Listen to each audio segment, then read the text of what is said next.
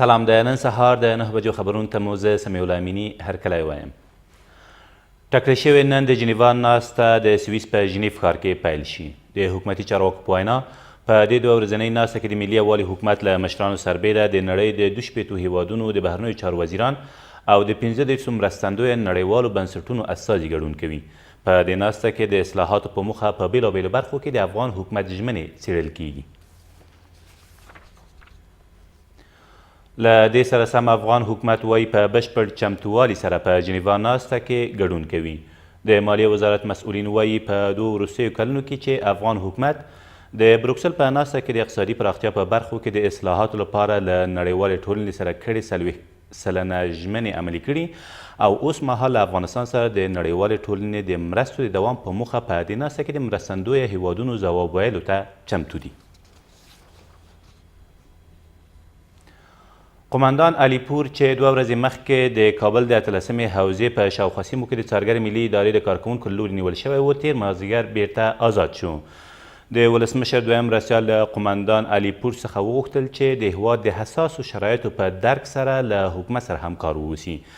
دا په داسې حال کې ده چې تېره ورځ څارګر ملي ادارې د یوې خبرپاڼې په خپرولو سره نوموړی د غیر مسؤلو وسلوالو قماندان بللی او زیاته کړې وه چې د 150 کسیز ګروپ په وسیله د میدان وردګو په بهسود ولسوالۍ کې له خلکو او سوداګرو په بېلابېلو پلمو پیسې اخیستې، له مجرمینو به یې ملاتړ کاوه او د سیمې د خلکو په ځورونې بوخت و.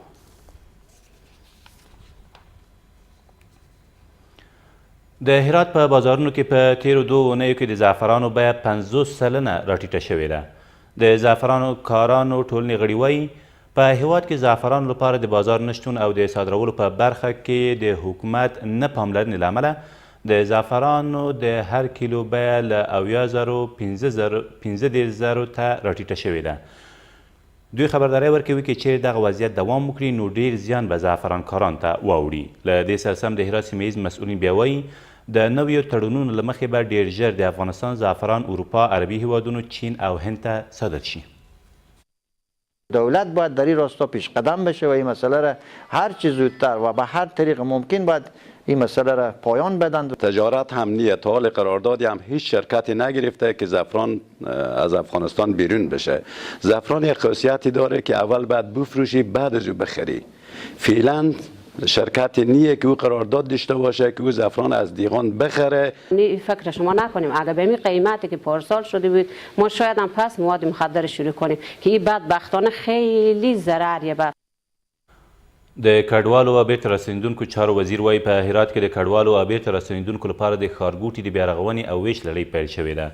نوموړي تېره ورځ په هرات کې په یوې ناسته کې زیاته کړه د ولسمشر د فرمان له مخې په ټول هیواد کې د کډوالو او بیرته راستنېدونکو د ښارګوټو د بیارغونې چارې پیل شوي او یوازې هرات او کابل ته 22 میلیونه یورو بودجه په پام کې نیول شوې ده.